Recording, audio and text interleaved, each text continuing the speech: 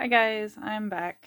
Alright, I had a special request for how I do some of my Tim Holtz mail art. So if you guys have been following me on other platforms for years, you've probably seen mail art is one of the things I love to do.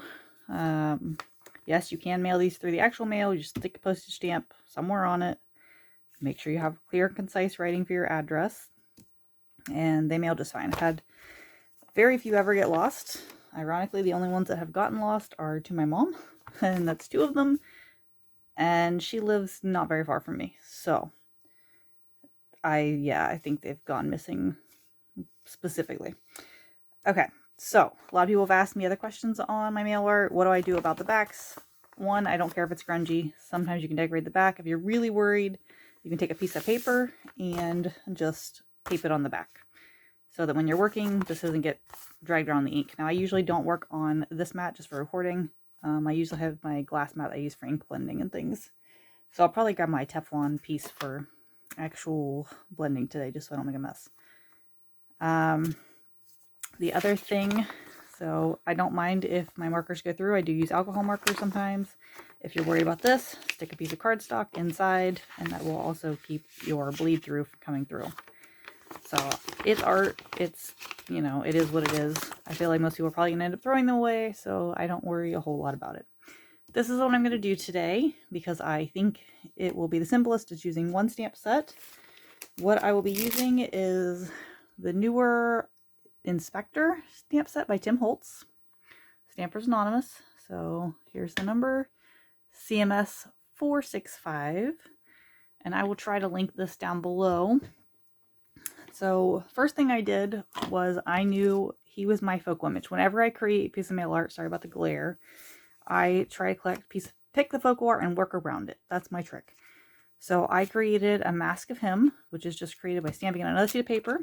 And I use the Elmer's repositionable glue stick to create my masks. It makes them sticky like a Post-it note. And my desk is complete chaos today, guys. Normally I clean my desk off before doing a video, but since I have a lot coming up and not a lot of time, I just thought I'll shove everything to the side and record it. So I don't have one right now, but it's somewhere here. But it's by Elmer's. There, you can get them at Walmart. I'll try to find a link on Amazon. But they work really great and they're cheap. So it just makes like a Post-it note tackiness. So that's what I'm going to use. This is an A2 sized envelope. I work a lot on A2 envelopes. It's my preferred size, but use whatever you like. Like I said, the other one was larger. I mean, you can just use what you like. Now, this is a larger image. So yeah, let's go ahead and get started. Now, today I'm going to use the Tim Holtz stamping platform just so I do a good job when showing you guys. Sometimes I do use it, sometimes I don't. Typically for the focal image, because I want it to pop up and be darker, that is what I use. Or you can use, and I'm using Memento Tuxedo Black to stamp this in because I am going to use alcohol markers. If you're going to color with alcohol-based markers, whether it be Sharpie, whether it be Spectrum Noir, Copics, Dick Blick brand, the Tri-Blend, whatever. I use a mix. You do want Memento ink because it does not smear with alcohol-based markers. In case you guys want to work along with me, let's go ahead and tell you what else I'm going to use today, or what I think I'm going to use. I grabbed some Memento green and the Memento red. This part does not have to be Memento. It just happens to be, it was on my desk. So this one is Olive Grove and this is Love Letter. You can use the Tim Holtz inks, whatever you like for this. I've got the Stress Oxide Forest Moss. And again, it doesn't have to be anything particular. Just grab a green. I grabbed an olivey looking one. I grabbed the frayed burlap. I think this is what I'm going to use to actually distress it. I might use Vintage Photo, which is also on my desk. And that one's an oxide. This is a regular ink. Use what you like. I think that's all of the inks. So if you want to pause and get those, you can. At the end, I might use the pumice stone spray. Just add a couple flickers. Or you can just use your mat. And yeah. So for splatters if you want them. And then alcohol markers. You're going to want, if you're going to color this way, you're going to want a yellow. And this one is a Spectrum Noir GB4, and I have no idea if I'm even going to like the colors. Picked up some random ones, and I'm going to use that for this little centerpiece. I grabbed a Dick Blick olivey green looking one. This one's actually called Olive. That's nice. I also grabbed this one by Spectrum Noir. It's GB11 because it looked olivey green. And I used that to color in the Strictly Handmade. I think I used it on his glasses and a little bit down here. This one was done a while ago, so I don't really remember. I also grabbed GB8, which looks similar, olive. And I don't actually love the skin tones on this one, but this is what I grabbed, and I don't remember what I used that day. This is called Fair Skin Blend, Tri-Blend Spectrum Noir. I only have a few of these, so this is what I happen to have, and it's drying out a little bit. And then I grabbed this dark red blend for the hat, and I think I used the lightest version of this, or I might have used a different red that day. But those are the markers you're going to want to have handy, or similar colors. They can be water-based markers. Use whatever you have, whatever you like. You don't like these colors at all, that's fine. This one I colored everything in olives, other than the hat.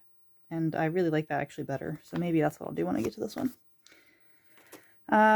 You are going to want to stamp your masca off so that you'll have it if you're going to work with me today. So you can set that to the side, which obviously I've used this one a few times. And I just stick it back on the stamp set. Or I have a book that I stamp them in. But like this one, it's nice just to keep it on the front. So.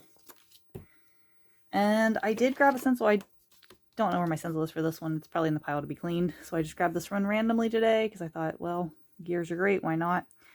This is THM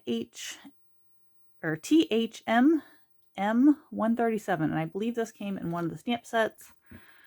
For the life of me, and from Joann's, I don't remember which one because it's got 2 designs on it. But you can use, again, any stencil you like. This is just to give you the idea. So let's get started. For him, since he's my focal image, I'm going to start by stamping him. So whatever you want to be your main image you want to stamp first. So I've got my A2 card. I am going to go ahead and stick this in my platform. If you have the Tim Holtz platform and you're not sure how to use it, or in whatever platform, use whatever you like. But if you have this one, people have asked before. So one side says clear. And see how it looks like it's in reverse? Because that's the side I'm not using. The other side says rubber. You just pull it straight up and down so you can see if that's straight. Lift it out, twist, and flip if you want to go. So if I wanted to stamp with a clear stamp, the word clear would be legible. Now I'm using a rubber-based stamp, so I'm switching it. Now my platform is kind of gunky. I don't know if you guys have noticed that. I use that repositionable glue stick on here for unmounted stamps. So plain red rubber that's not clinged, and it fits on the clear side. And my rubber side stays nice and clean. So let's go ahead and get started. We're going to start by grabbing him. You place him wherever you think you want him. And I'll stick this maybe, yeah, you guys aren't going to be able to see this if you want me to keep this in working screen, so I'll just keep it up to the top.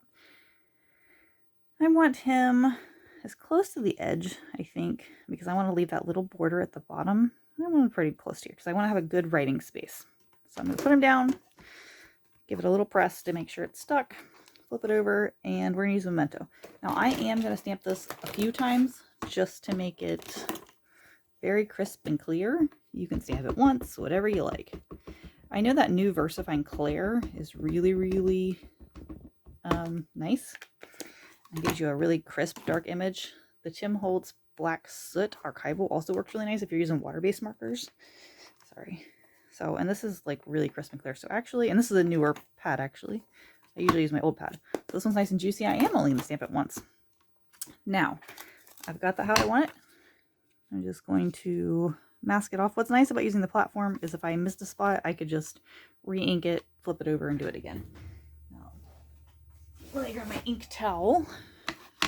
I'm just going to towel off my stamp and put it back in the pad. So this one just tucks right back in there. So next, you're going to want to work basically backwards normally, whatever your image would be back. So since this one's simple, I don't know if you can see the Strictly is a little bit behind. So we can go ahead and stamp that. We can stamp the letters, whatever you want. So I'm going to go ahead and put the Strictly Handmade on here. Now, I didn't stamp him far enough over, so well, I guess we can just put it down here. It's a little lower than I initially was thinking, but it fits. Okay. Another reason I really like using a platform when I'm doing these. So there's a grid line on here. And with that glare, I don't know if you guys can see, I totally put, when I eyeballed this, I thought it was straight. It is crooked. So I'm going to flip this over, line it up with my grid so the words are actually going straightish, or as straight as I can get them. Okay, so I've got that as straight as I can. I'm going to use the Memento olive green. And make sure that's nice and well inked. Flip that over and press it down. Maybe if I can move this light. I don't want you guys to lose all the light, but let's put it back here. Okay. So the handmade goes all the way to the edge, but that's okay. You know what? Because it is handmade, and even if it went off, it'd be all right. Now that's dark enough for me, so I'm just going to go ahead and wipe this off. Put it back. Now I'm not going to mask this off because anything that's going to lightly cover this, since this is my only image that's really worried about being covered or having things across, that's the only reason I'm masking this off today. At the bottom, I'm going to add that little border. So I've got this piece next. I'm going to move my magnet up. Line it up wherever I want. Now I'm going to put this lower so I have more room for the address. So not quite to the edge, but maybe a millimeter or two above. So if you guys can see that, move that up a little bit. And same thing, I'm going to use that olive green again. And I'm trying to keep this in camera. If I pull this back anymore, you guys are going to see that I have no desk. It is totally lost, which I think is the hazard of the crafters. Although no, I did have room for my craft mat, which, if you ever see my desk normally, I work in a space, according to my mom, that's like 4 by 5 inches. I'm a messy crafter for sure. I like to have everything within reach, so. And I've been working on a couple other projects, which I hope to share with you guys soon. Some folios, gifts for friends, kind of things like that. Now, I've got my olive green pieces. There was nothing else I did in the olive green, so now I'm going to go ahead with my next color. So I'm going to pull off the heart, and I totally just moved that. And I'm going to do the red hearts. Now, on my original, I put 1 in each corner. You don't have to do hearts. You can do whatever you like. But I like that. So since I'm making this one again, let's just stick a heart on here. And this one I'm using the Love Letter Memento. So ink that up so it's nice and juicy. Stamp it. Oh, that's a very nice red. That is not at all what I used the first time. Okay, and then I'm going to move it to the next spot because it came out really well. Just stick it up there. Same thing. Now these inks are so juicy that I really don't even need to use my stamp press for this. But it's out. We're doing it. It's fine. Okay, so let's clean that off. So you can see it's already starting to get a shape. So we have an address box. You have your focal image. Remember, you do want to leave a space for your postage stamp. I have sent them out before with postage stamp not completely in the corner, but it's a lot easier, I think, for the machines to process when you do. Now, I put my return address on the back, so that is one thing. If you guys are wondering, I do put a return address on it. Next, we're going to use the letters, and because these are quite large, I just need to make sure I move my magnets. So I'm going to line it up in the corner because I'm going to start with this corner, and then I'll just add a little extra to the side. So I'm going to partially stamp this. And what I mean by that is instead of inking this whole thing, I know down here I don't want this bottom row because it overlaps over these letters. I also am not worried about going over him. So I'm just going to kind of, let's see, let's use the, not frayed burlap, let's use the olive green, forest moss. Okay, so we're going to use forest moss, and I'm going to, now let me explain this too. So your, I don't know if you can see this here. Letters C, D, E, and things are your far right corner of your envelope. So when you flip it, it's going to be your far left. So this corner is where I know I'm going to have overlap here. Now you could look to see where this is going to overlap, or I just eyeball it. So I'm going to start by just lightly inking over here. Now I'm only going in a little bit here because I can go further, but I don't need to.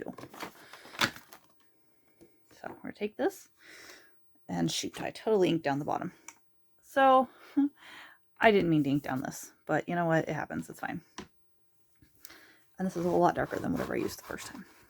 So the reason I only did half of that is because I want to pull the letters A and such over here. So I'm going to pull that up, go over here. Now this time I'm not worried about going to the bottom. So guys, accidents happen. It's not going to ruin it. I'll just ink it when I my markers, make the marker darker. Okay. So I have a big spot here without anything. See if it matters. If it doesn't, it's on that, so I'm not going to worry about it. Should have cleaned my stamp off better, so we have some haloing over here. Sorry, I'm trying to make this quick and simple. Okay. But doesn't ruin it. It's going to blend into all the background junk I'm going to throw on there anyway. So there are all of our stamped elements. Now let's go into the coloring. So I'm going to remove this and go to the next steps. So get this out of the way. And let me grab my Teflon mat. Or actually, you know what, guys? We're just going to use my actual craft mat that's underneath here. So here's what I actually craft on. Now, because of this light, I'm just going to have to pull it to the side. Yes, it's got glue all over it right now because the project I'm working on, it's got some ink on it. I haven't cleaned it because I've been working on it today. All right, so here's where we're at. Here's where we're so far. So what we're creating, what you're at. Next thing we're going to do, we're going to start by inking this entire background. Now note I go really light in this area. I am going to use my blending brush that really needs replaced. This is a Tim Holtz one. These are his whatever foams. And I think I am going to use the Vintage Photo Oxide. So let's just, yeah, because that's what I've been using on here anyway.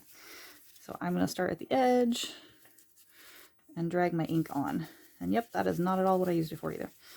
Now I'm just lightly, when I get to this parts down here and things, I'm just lightening it up, pulling my hands off. I'm not re-dipping. And I'm just trying to pull that to the center. And I think I will show you how I dipped my envelope, since I'm using it anyway. Okay, so that just changes the whole thing already, just getting a shadow on there. You can go back, you can add more, you can add splatters. So I'm just going to show you. I'm going to take my ink, stick it aside, got some water. And I'm just going to, normally I would do this at the end. Crap. Actually, I'm going to do it at the end. Sorry guys, I'm wasting this ink for a second. Normally I would not, but since I don't have time to let this dry, we're just going to do it this way. Okay, next I'm going to grab my frayed burlap ink, which I probably still have Vintage Photo one here. Grab my stencil. Let's use my Vintage Photo that I have on here first and add some background layering. So not too dark, so we're just going to go ahead and grab some more.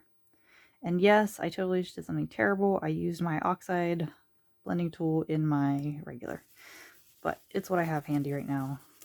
It can be washed out. I'm not worried. Okay, so I'm just going to move that around because I'm just trying to get some texture in the background of this. It doesn't have to be perfect. Nobody's going to be like, oh, that gear cuts off, or you didn't get that a full impression. If the person I'm sending this to doesn't like it, they don't have to get more from me. That's fine. All right, so let's see. Maybe throw one more little patch down here. Sorry the camera's shaking, but okay. And you know what? Let's put a tiny little piece here in the address thing. All right, so I've got some stenciling on the background. I've got a little bit of everything. So now let's go ahead and do that. And you know what? We'll use this ink since I have it out. And the reason I didn't do this before blending is it would get stuck on the, it just wouldn't work right. All right, so I'm just going to drip this into it. Normally I'd mess it up like this and get that much water on there. And I'm trying to avoid the address blocks. What I'm just doing is getting, you can't even see this one very well. All right, let's go to the other one. Let's put some oxide on there because you guys will be able to see it a little better. On camera, I don't know, when I look at my camera, it's not showing up as well. So that's really watery. That's fine. So I'm avoiding getting it in the address block. You do have to let this dry. Normally I'll have bigger drops. If you have drops over here, you're going to have drops here. If you just have a blob, you're going to have a blob. But right now I'm just getting it around the edges. Now, you do have to be careful not to seal your envelope if you get it really wet in that area. So a lot of times I pull my flap open when I do that, or I just pull it open as soon as I'm done. So let's go ahead and go to coloring. So we're getting a lot closer. This is the part you get to reveal your mask, and you'll notice he's nice and crisp. This is where your image really comes to life. So let's start with adding our olive greens. I'm going to start by trying to fix this strictly handmade, make it visible. Sorry. So let's see if I have a scrap paper to see if I like this olive green. Perfect. Okay. So we're going to color in the words. Now you could use your distress ink and a water pen to do this. You could use the Tim Holtz color pencils, which I totally should have grabbed out. This does work better if you let your envelope dry, but for expedience purposes, I'm trying to do this quick and easy. And typically I would just do the water parts at the end, but since I'm just trying to get back to doing it all at one time while I have that color or whatnot out. Now on mine, the color green was a little bit different than the actual stamp. This one's pretty close to the stamp color. You'll see when I'm done, I do use a white gel pen, which I forgot to grab, to add highlight details. Now, see, once you get this colored in, you're not really going to notice those letters that come down into it. They're going to kind of disappear into the background, especially once we add our white highlights. So ideally, I would have liked to not have them on here. You can take a little post-it note and cover that if you're really worried when you stamp it, or just pay more attention. Don't be in a hurry like I am. And I do stuff like that all the time. It's just kind of like, whoops. But, okay. So, there's my strictly handmade. And I'm going to probably go back to olive green because I really liked my other one that was all olives. And actually, let's just go ahead and color his glasses olive because I liked it. And then we'll start coloring his skin and all that fun stuff. And I don't know if I'm trying to make it so you guys can see. I'll try to color down here. Normally, I'm kind of a sloppy, fast colorer. I don't know if that's the way you'd put that or not. Colorist. Okay.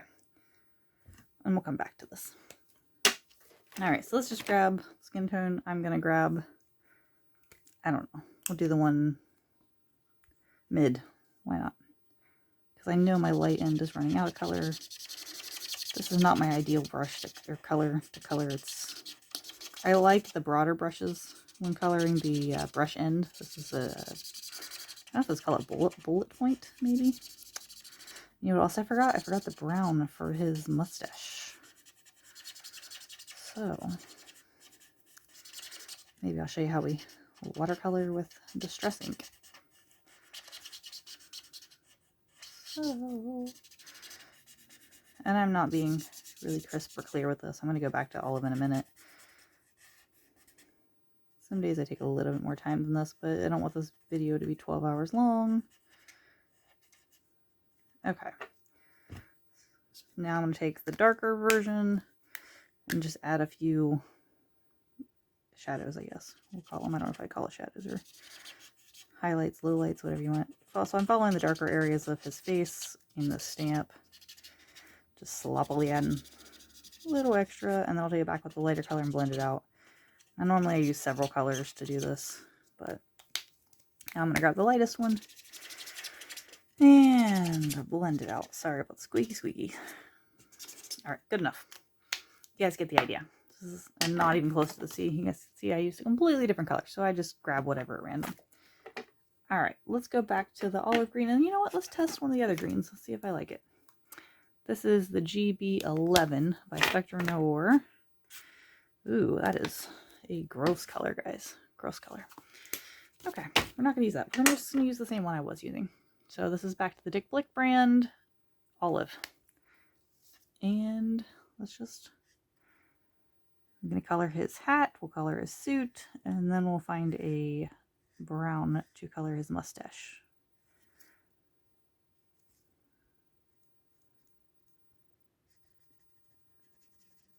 And use whatever colors you like. This could be blue, it could be a red suit, it could be, heck, it could be purple and orange, I don't know.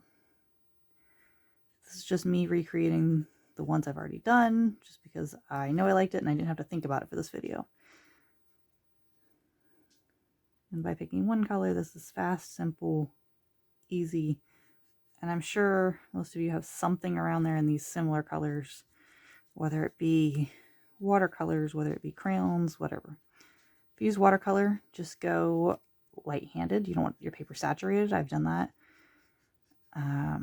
You can use the colored pencils. You can use the watercolor pencils. I've colored with distress ink. That's what I actually used to use a lot on my envelopes, was watercoloring with distress. And oh, actually, I can grab my water brush. So I was going to show you guys that for his mustache.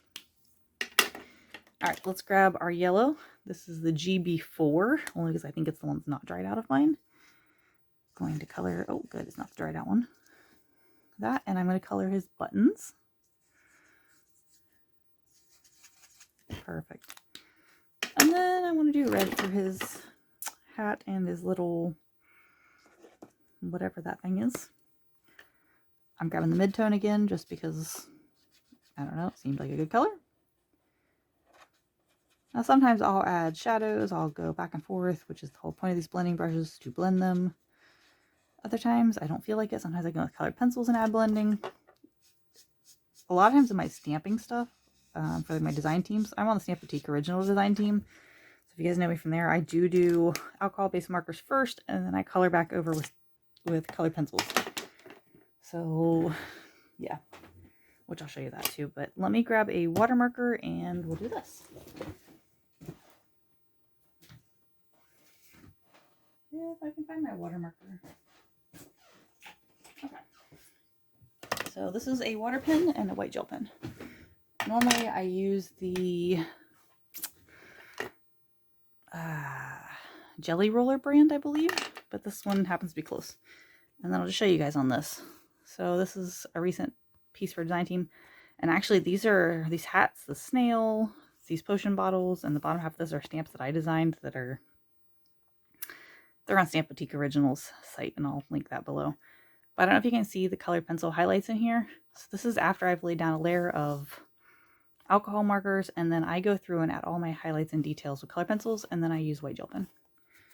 So that is, if you know me from there, you know that's usually what I do. On the envelopes, I try to keep it a little simpler, depending on what I'm doing. So like this is grungy, I won't add a whole lot of that stuff. Now, to watercolor with distress ink. Since I have ink on the outside of my thing, I'm just going to pick it up from there. This is the vintage photo. Normally I would put a little drop on my mat. And essentially I'm just going to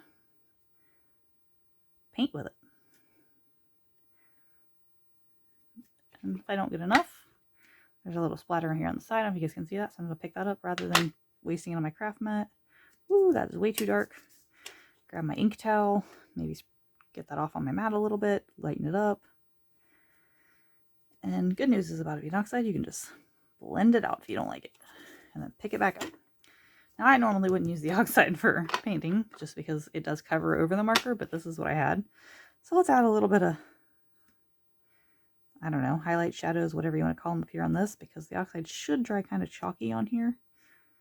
And it'll look like his glasses are a little bit corroded-y, maybe. Put a little drop down here. Why not? Okay, let's not go too wild on that. Now, when I got this wet, since I didn't let this dry, you'll notice that this bled out a little bit. Normally it wouldn't. But you've pretty much got your envelope here. If you want to go through with the highlights with me, I'll just go ahead and do that really fast. And I just randomly add them wherever I think I would like a white pop, because it makes everything come together. Now you can add a send to, deliver. Sorry, my marker. This is why I use the Jelly Roller brand. This came in with some markers I got at a yard sale. Sometimes it'll reawaken when I put it on my skin. And it's probably because this is not dry. Let me see if I can grab the Jelly Roller one.